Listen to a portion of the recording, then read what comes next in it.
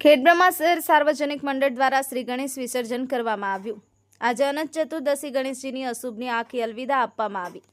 અગલે બરસ તો જલ્દી આના ગણપતિ બાપા મોરિયાના નાદ સાથે ખેડબ્રહ્મા શહેરમાં બ્રહ્માજી ચોક સાર્વજનિક મિત્ર મંડળ દ્વારા ગણપતિજીનું વિસર્જન કરવામાં આવ્યું। અબીલ ગુલાલની છોડો ડીજેના તાલ સાથે દુંદાળા દેવની વિદાય આપવામાં આવી। ભક્તો દ્વારા ગણપતિ બાપા મોરિયા અગલે બરસ તો જલ્દી આની વહાલભરી વિનંતી સાથે દુંદાળા દેવની વિદાય આપવામાં આવી હતી।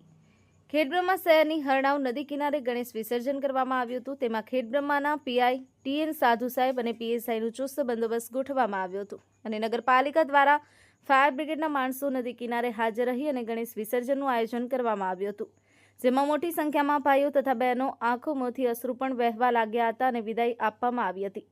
Chandrashekhar Bhavsar, the news of Gujarat, Khedbrahma.